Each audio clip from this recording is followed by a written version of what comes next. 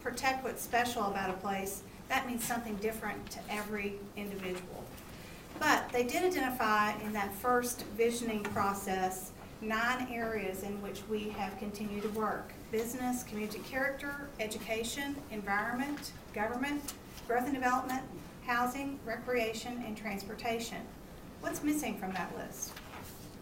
Health. Health and well-being of our community.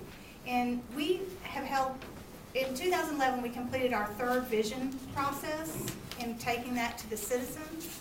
We define citizens as those who live, work, and play in Franklin and Williamson County. And because Franklin is the county seat, we don't make you show your driver's license to be able to participate in our vision fair process or anything like that. Franklin is really very much at the heart of this community as the county seat.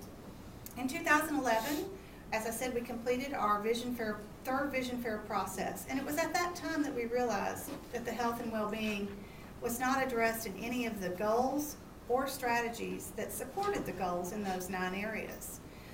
Our mission is to engage the community, foster collaboration, and advocate for a shared vision for the future of Franklin. And we do that because the citizens have identified what are the most important strategies to them. And in 2011, implementation of the city's adopted open space and greenways master plan and streetscape was number 1. Number 2 was to encourage continued development of connected greenways for walking and bicycling. And what was interesting is those 2 topics showed up in the top 5 and 4 other categories, leading us to understand really that health, connectivity, the ability to move about our community in a different way was important to the citizens. And so we realized the lack of any strategy regarding health and well-being, we needed to convene and discuss that. And so we convened a group called Healthier Communities. And Healthways has participated with us from the beginning in that. And it's been a great partner. And I'll tell you that the statistics on this piece of paper are Healthways statistics. 96.3% of county residents say they have easy access to a safe place to exercise. 85.5% of the people surveyed by the Gallup Healthways Wellbeing Index survey feel safe walking alone at night, yet only 51.7% exercise 3 to 5 times per week. So it's a very interesting statistic. We're lulled into a false sense of security in some ways because we're the healthiest county in the state of Tennessee, and I saw your rankings. But we're the healthiest county in the 39th or 40th state in the nation. So does that really make us feel very good? The answer should be no. Really, it should be. And just to give you a little more on Franklin Morrow, this is our background piece. It'll tell you about what we've done in the first 10 years of being in existence. So you've got that. So we really wanted to take a deeper look at this. And our Get Fit Franklin project came out of our Healthier Communities discussion.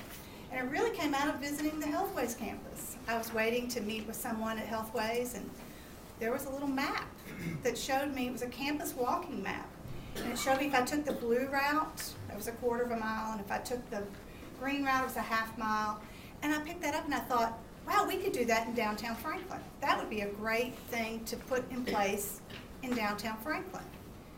But it grew beyond that because we serve the entire community. So Get Fit Franklin is launching this month as a partnership with Blue Cross Blue Shield of Tennessee, which has also been involved since the beginning in our discussions of healthier community. And it's beginning with a ceremonial 1-mile walk on November 17th. But the premise, and you can learn more at getfitfranklintn.org, is that new website, getfitfranklintn.org. The premise is getting people to take the first step to fitness by stepping out their front door. We know this is a healthy community. We've mentioned that. I mean, we're the healthiest community in the state of Tennessee, even though our obesity rate is higher than the national average. We're a healthy community, but what we're trying to do is get the people who don't exercise to maybe take that first step to fitness by stepping out their front door, utilizing an existing sidewalk network on pre-measured routes that will be marked and on the website so they can mobile websites so they can download them and use them as they're walking. But to get them started, will we be able really to quantify this beyond how many people participate? Probably not. But that is getting people moving. Secondarily, for Franklin Tomorrow as a community advocacy group and a community nonprofit, the more people we get out moving and walking, the greater ability for us to be able to advocate for greater connectivity. Currently, there's a missing link in Franklin's sidewalk network, a critical missing link of less than a quarter of a mile. It'll cost $600,000 to build that quarter mile.